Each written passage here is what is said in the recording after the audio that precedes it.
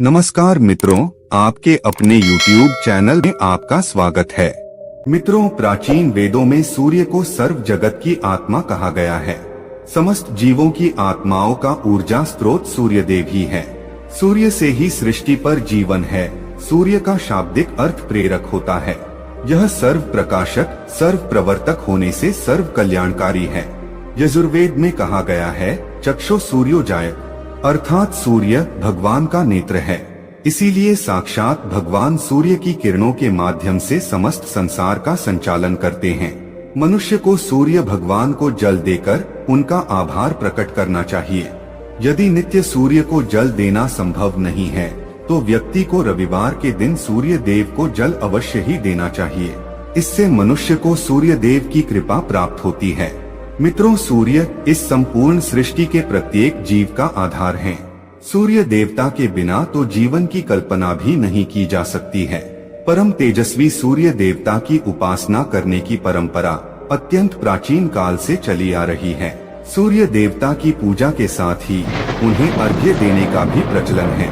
सूर्य देवता को अर्घ्य देने से मनुष्य के जीवन में कई सकारात्मक और चमत्कारी बदलाव होते हैं।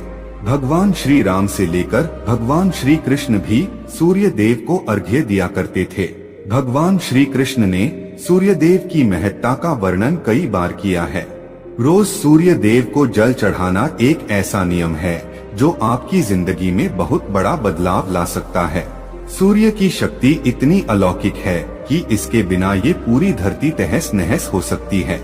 सूर्य देव प्रकाश, सकारात्मकता, इंद्रिय संयम, ऊर्जा आदि के देवता है।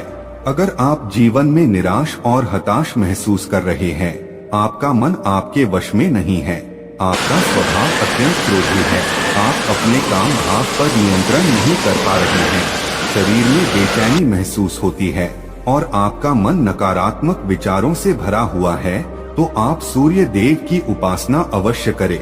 सूर्य देव को मात्र जल चढ़ाने से आपके सभी संकट दूर हो सकते हैं। संसार की हर परेशानी का हल सूर्य देव के पास ही है। आपकी हर समस्या का समाधान सूर्य को जल अर्पण करने से ही प्राप्त हो सकता है। सूर्य देवता की उपासना करने से आत्मा की शुद्धि होती है और मनोबल बढ़ता है। सूर्योदय के समय सूर्य की किरणों से वातावरण पवित्र और सकारात्मक बन जाता है। यदि प्रतिदिन आप सुबह स्नान करके सूर्य देवता को मंत्रों का उच्चारण करते हुए जल चढ़ाते हैं तो इसके आपको कई फायदे होंगे। कुछ ही समय में आप खुद इसका प्रभाव महसूस करेंगे कि सूर्य देव की कृपा से आपका जीवन कितना बेहतर हो गया है। आप पाप, रोग, भय आदि दोषों से मुक्त हो जाएंगे और आपका जीवन खुशियों से भर जाएगा। आपका शरीर स्फूर्ति युक्त, रोगों से मुक्त हो जाएगा और आप प्रत्येक कार्य को उत्साह से कर पाएंगे।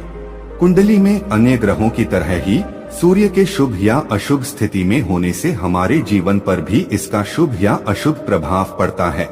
कुंडली में सूर्य यदि शुभ स्थिति में होता है तो हमें समाज में भरपूर मान सम्मान, यश और प्रसिद्धि मिलती है।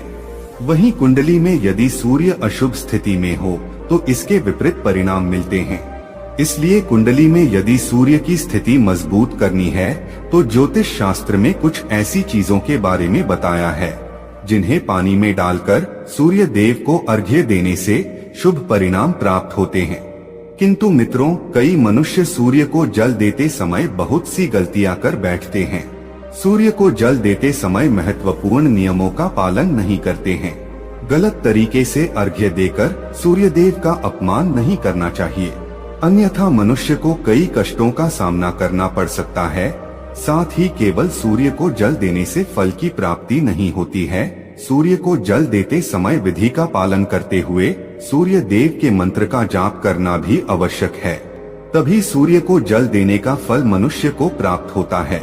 ज्योतिष शास्त्र के अनुसार सूर्य देव अप्रसन्न होने पर मनुष्य की बुद्धि का नाश हो जाता है। उसे चारों ओर से अपमान का सामना करना पड़ता है। ऐसे व्यक्ति की आंखों की रोशनी चली जाती है और उसे गंदा भोजन प्राप्त होता है। फल स्वरूप व्यक्ति की विद्या कम हो जाती है। वह जो कुछ भी पढ़ता है उसे तुरंत ही भूल जाता है। पिता पुत्र में अकारण ही वाद विवाद होने लगता है। सूर्य देवता रूठ जाने पर व्यक्ति पर गलत इल्जाम लगते हैं। और उसके हाथ से अनजाने में कई अपराध हो जाते हैं। इसीलिए व्यक्ति को अनिष्ट कार्य करके सूर्य देव को रुष्ट नहीं करना चाहिए। इस प्रकार से सूर्य देव का हमारे जीवन में सबसे अधिक महत्व है। यदि आप अपनी मनोकामनाओं की पूर्ति करना चाहते हैं तो सूर्य देव की उपासना अवश्य करें। आइए जान लेते हैं सूर्य को अर्घ्य देने के वह महत्वपूर्ण नियम कौन से हैं। सूर्य को जल देते समय हमें कौन सी गलतियां नहीं करनी चाहिए और सूर्य को जल देते समय कौन से मंत्र का जाप करना चाहिए ताकि हमें सूर्य उपासना का संपूर्ण फल प्राप्त हो। सबसे पहले तो हम यह जान लेते हैं कि सूर्य को अर्घ्य देने का अर्थ क्या होता है। तो मित्रों, अर्घ्य देने से तात्पर्य यह है कि सूर्य देवता को भक्ति भाव से जल अर्पण करना। यह जल आप दोनों हाथों की ओंजल बनाकर या तांबे के पात्र में शुद्ध जल भरकर उसे सूर्य देवता को समर्पित करें। लेकिन ध्यान रहे कि यदि आप हाथों की ओंजल बनाकर सूर्य देवता को अर्घ्य दे रहे हैं तो अपने हाथों की तर्जनी और अंगूठे को एक दूसरे से जोड़कर ना रखें, यानी कि एक दूसरे का स्पर्श ना होने दें। दोनों हाथों के अंगूठों को फैलाकर रखें। यदि हम तर्जनी और अंगूठे को जोड़कर रखते हैं तो यह राक्षसी मुद्रा बन जाती है और इस मुद्रा में सूर्य को अर्घ्य देना अशुभ माना जाता है। यदि आप पात्र में जल भरकर सूर्य देवता को अर्घ्य दे रहे हैं तो भी उस पात्र को दोनों हाथों के अंगूठे का स्पर्श ना हो, इसका ध्यान रखें। अर्घ्य देते समय अपने दोनों हाथों को ऊपर उठाकर पात्र को पकड़े और सिर झुकाकर रखें। सूर्य देवता को अर्घ्य हमेशा सूर्योदय के समय देना चाहिए। उगते हुए सूर्य की उपासना करना हमेशा ही शुभ होता है। सूर्योदय के 2 घंटे बाद अर्घ्य देने का कोई भी औचित्य नहीं होता है। यदि किसी कारणवश आप सूर्योदय के समय अर्घ्य ना दे सके तो 3 बार अर्घ्य देने के बजाय 4 बार अर्घ्य दें और सूर्य देवता से क्षमा मांग लें। इससे दोष कम हो जाता है। सूर्य को जल तांबे के पात्र में ही देना चाहिए। तांबा को सूर्य देव की प्रिय धातु माना गया है, इसीलिए सूर्य को जल देने के लिए केवल तांबे से बने पात्र का ही प्रयोग करना चाहिए। अन्य धातुओं से बने पात्रों में सूर्य को अर्घ्य देने से कोई लाभ प्राप्त नहीं होता है।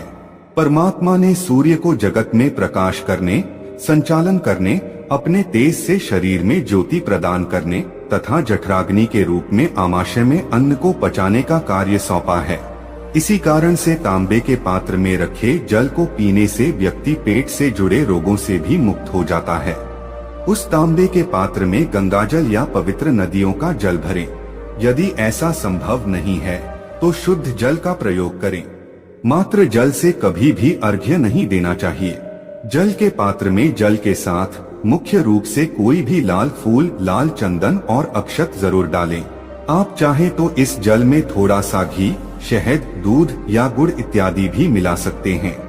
सूर्य देव को अर्घ्य देने का सही समय तब होता है जब सूर्य लालिमा लिए हो, अर्थात जब प्रातः काल में सूर्य लाल रंग का दिखाई दे तो उस समय अर्घ्य देना सर्वश्रेष्ठ फल देता है।